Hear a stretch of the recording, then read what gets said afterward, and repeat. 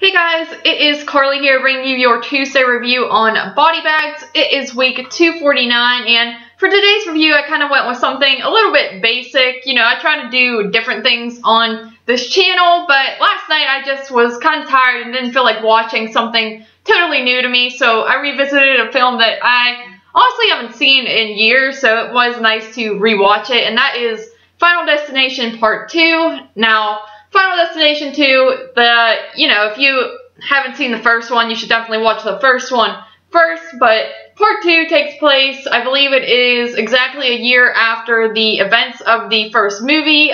You hear on the radio they're talking about the plane crash and things like that throughout the movie, and this movie follows a new set of characters. You have this girl and her friends who are going on a road trip, and while they're on the road, the girl has a premonition, much like in the first movie, and in her premonition she sees a massive pile-up of cars happening brought on by this truck, and her friends all ultimately die in this wreck, as well as a bunch of strangers who are also on the road in the same area at the same time. So she sees that, she freaks out obviously, and prevents the people coming on the on-ramp from getting hurt by the wreck that does eventually happen. And then the movie just kind of follows the girl and the strangers who were almost killed as well, and you got basically the same plot as the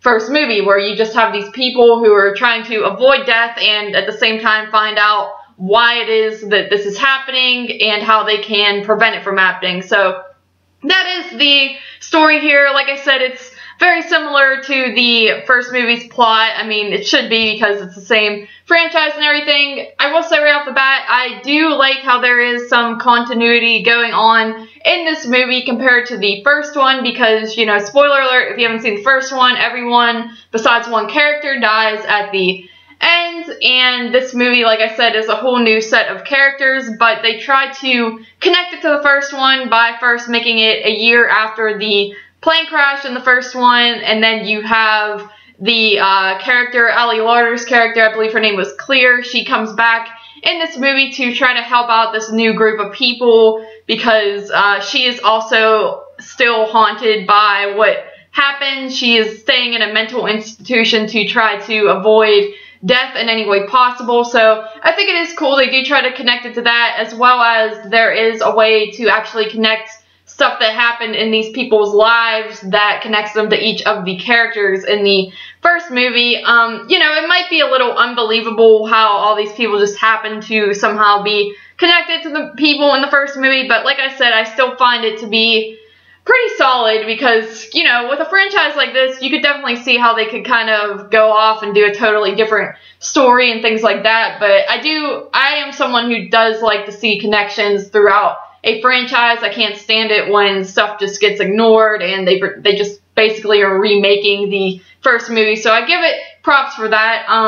Going into this movie, I thought it was going to be kind of cheesy, because it's been years since I saw it, and when I was younger, I really liked these movies, so I didn't know if it was going to hold up as well now, especially for, you know, a movie from like the early 2000s. I find that rewatching movies from that time period, they're not as great as I had remembered when I was a kid, but I gotta say, I had a lot of fun with this movie, and I also gotta say, I think I liked it a little bit more than the first one, actually. I just tend to like the characters in this one a little more, and I think the kills are more well done. The effects are pretty solid, honestly. Some of them are a little bit over the top and unbelievable, but I feel that some of them are also pretty realistic in a way, and they do a really good job on the blood and gore, so I do like it for that. It definitely makes it a little more interesting than the first one, and like I said, I like the characters. Ali Larter, for some reason I've never really liked her, but I do enjoy that she comes back for this movie, and I think she does a pretty solid job as, you know, being that follow-up character, so I gotta give it that.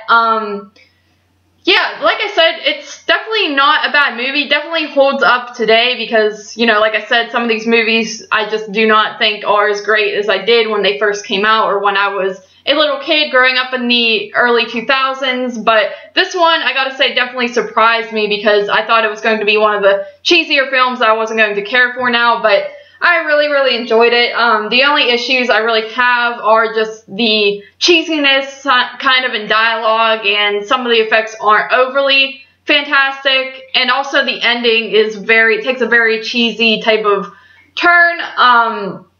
Just that last scene in general is pretty kind of just over the top, I guess. You can tell it's supposed to be a little bit comedic in a way. It's kind of messed up, but it's also, you know, you just get the vibe that it's a little more lighthearted in a way. So, I didn't remember the ending at all when I went into this, so I thought it was kind of a weak ending, honestly. But all in all, Final Destination 2, I find to be a very fun ride. Definitely has rewatchability to it. So I give this movie a 7.5 out of 10.